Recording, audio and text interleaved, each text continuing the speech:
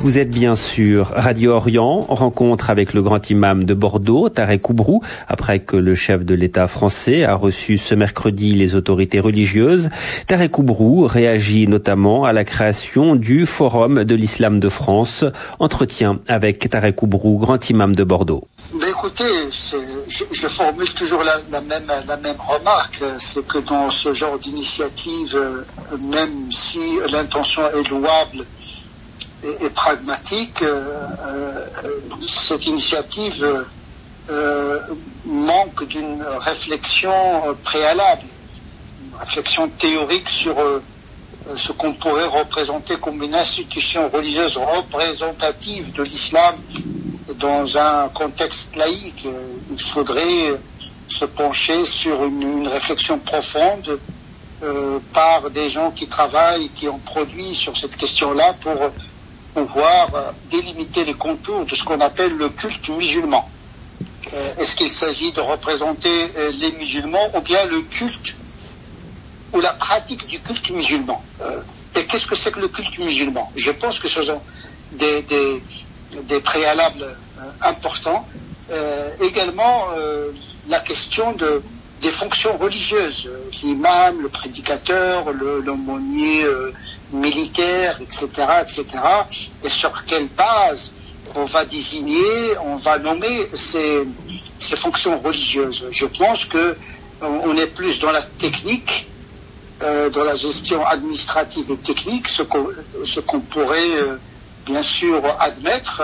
L'État a besoin d'un interlocuteur, même si c'est pas la religion en tant que telle qui cherche une représentativité quelconque. L'islam n'a pas besoin d'une institution religieuse représentative, mais c'est une demande de l'État. Et donc l'État a besoin politiquement, administrativement, pour gérer le culte musulman, d'avoir des interlocuteurs. Sauf que malheureusement, face à l'État, il n'y a pas une maturité intellectuelle, théologique des interlocuteurs. C'est pourquoi on consulte souvent des gens qui n'ont pas de rapport ni avec la théologie, ni le droit canonique, ni même la pratique des fonctions religieuses. Donc on est dans le tâtonnement, encore une fois, c'est bien, il faut toujours essayer. C'est déjà pas mal de reconnaître que le CFCM tel qu'il est aujourd'hui est une institution qui n'est pas adaptée de par sa constitution, et de penser d'autres modèles de représentativité. Donc la démarche au niveau de son intention est tout à fait légitime. Et cependant, pour moi, j'insiste sur le côté fondamental, théorique, qu'est-ce qu'on entend par le culte. L'islam n'est pas qu'un culte. Ce qui pose problème aujourd'hui au niveau des pratiques de l'islam, c'est pas dans les mosquées, c'est plutôt dans l'éthique individuelle, dans l'entreprise, dans la société, dans l'administration, etc. C'est au niveau de l'éthique personnelle des musulmans où se situe le problème. Et ce côté-là ne relève pas du culte musulman. C'est de l'éthique musulmane, individuelle et collective. Donc il faut mener peut-être une réflexion théorique plus profonde sur ce qu'on entend par les contours de la représentativité du culte musulman. La question de la formation des imams demande également une réflexion sur le programme pédagogique. On a besoin d'une doctrine élémentaire, d'une doctrine a priori, justement pour constituer un programme adapté à la formation des cadres religieux musulmans en France. Donc cette représentativité de l'islam qui serait basée sur les acteurs départementaux et non plus à partir de la tutelle des fédérations de mosquées affiliées à des pays, ce n'est pas une solution adaptée selon vous, même si vous vous réjouissez sans doute de la fin de cette tutelle? Oui, ce sont des acteurs, mais pas forcément des théologiens théoriciens. Et donc, effectivement, les acteurs, ils parlent de ce qu'ils connaissent. Parfois, ils ne maîtrisent pas ni la théologie, ni le droit canonique, ni le droit français, ni les sciences humaines, ni les sciences religieuses, etc. Et donc, ce sont des acteurs, mais tous les acteurs de l'islam n'ont pas une certaine maturité dans leur vision des fonctions.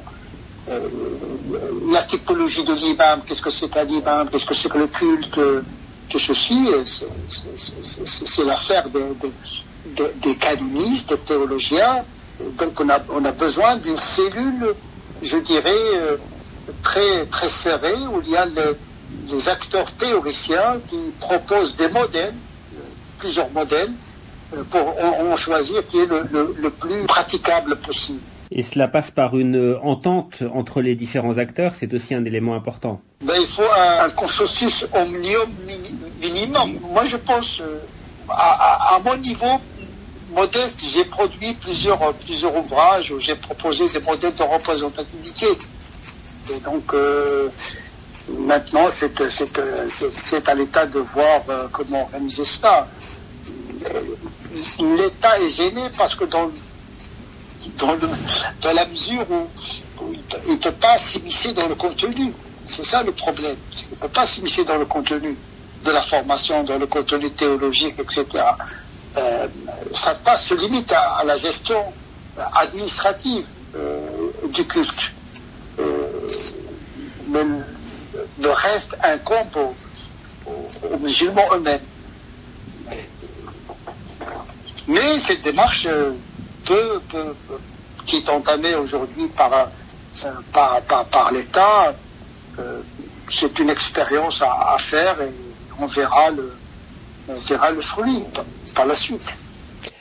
Parmi les sujets qui ont été évoqués ce mercredi entre les représentants des différents cultes et le chef de l'État français, une mission sur les actes anti-religieux voit le jour en France. 2 députés sont chargés de cette mission. Est-ce que vous pouvez nous dire ce que vous en attendez ? Écoutez, on a assez de lois pour combattre ce genre d'actes. Le problème, c'est dans la pratique. C'est pas dans la recherche de nouvelles lois. Je pense que c'est un phénomène plus général, celui de la crispation. On est de plus en plus dans des sociétés tendues, crispées, dans ce phénomène général. Dans les actes antireligieux ne sont que le symptôme. Il y a un malaise.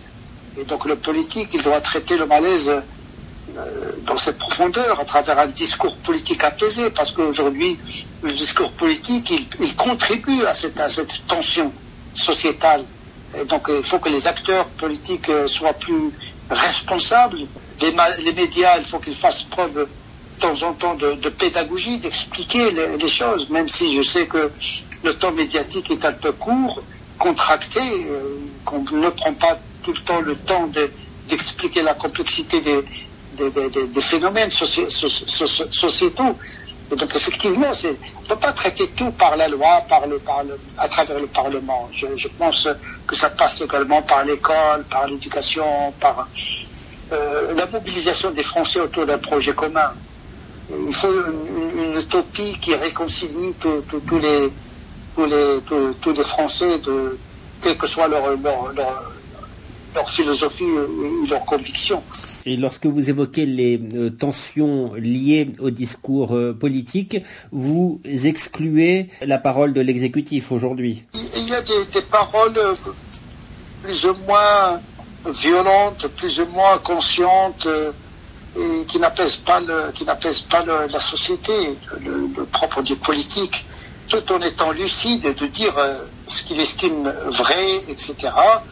Il faut qu'on ne perde pas vraiment l'objectif d'unir le peuple français, de dépasser les clôtures identitaires et politiques et religieuses.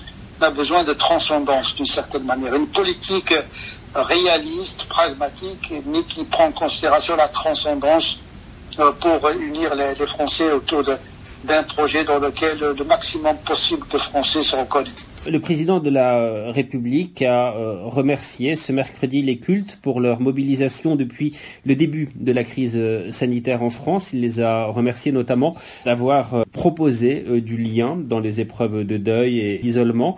Est-ce que vous pouvez nous faire part justement de votre regard sur la gestion de cette crise sur le point de vue cultuel?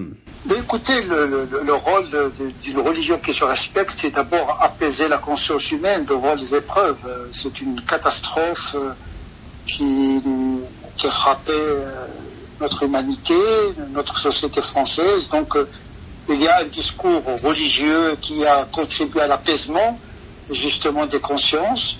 Il y a un accompagnement rituel, mais il y a également une action éthique de soulagement, d'accompagnement des gens en souffrance, en douleur, dans le deuil, etc., etc.